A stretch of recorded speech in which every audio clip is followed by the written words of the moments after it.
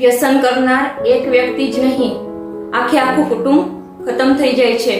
તે વ્યક્તિ પોતાનું જ પતન નથી કરતો, પરંતુ સાથે સાથે કુટુંબનું, સમાજનું અને દેશનું પણ પતન નોતરે છે. આજે તેને કેન્સરની પણ બીક નથી.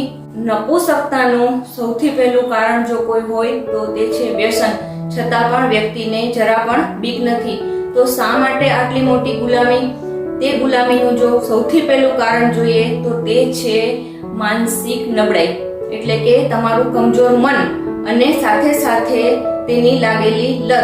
આની સાથે સાથે જો કોઈ બીજું કોઈ કારણ હોય તો તે છે સ્ટ્રેસ, શોખ અને ખરાબ સંગત.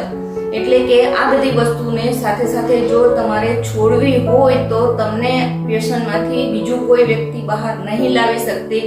તમને તમારી જાત માટે, તમારા પ્રિય વ્યક્તિઓ માટે, તમારા કુટુંબ માટે જો જીવવું હશે તો તમારે પોતે જાતે જ આમાંથી બહાર નીકળવું પડશે. જો તમારે વ્યસન છોડવું છે તો આજની આ ટિપ્સ ફક્ત અને ફક્ત તમારા માટે છે. 90 દિવસ ફક્ત પોતાની જાત માટે આપો અને વ્યસનમાંથી મુક્તિ મેળવો. જો તમે વ્યસનમાંથી આમાંથી મુક્ત થાવ છો તો અમને કોમેન્ટ કરીને 90 દિવસ પછી ચોક્કસ જણાવજો. અમે રાહ જોઈશું આના માટે. તમારા માટેની સૌથી પહેલી ટિપ્સ છે ચંદ્રભેદન પ્રાણાયામ, કારણ કે કમજોર મન જ આનું સૌથી પહેલું કારણ છે. ચંદ્રભેદન પ્રાણાયામ ડાબા નસકોરાથી શ્વાસ લેવો અને જમણા નસકોરાથી શ્વાસ છોડવો. સવારે સૂર્યોદય સમયે અને સાંજે સૂર્યાસ્ત પહેલા 20 વખતથી શરૂ કરીને 100 વખત સુધી તમે ચંદ્રભેદન પ્રાણાયામ કરી શકો છો. ચંદ્રભેદન પ્રાણાયામ કરવાથી તમારું મન 110% સ્ટ્રોંગ થશે. બીજો પ્રયોગ છે એક ચૂર્ણ ઘરે બનાવો. તેની અંદર બ્રાહ્મી, અશ્વગંધા, જટામાસી અને સાકર, તેનું માપ સ્ક્રીન ઉપર બતાવેલું છે. આનું ચૂર્ણ 1 ચમચી સવાર સાંજ દૂધ સાથે લ્યો. તમને વ્યસન છોડવામાં 100% કારગર નીવડશે.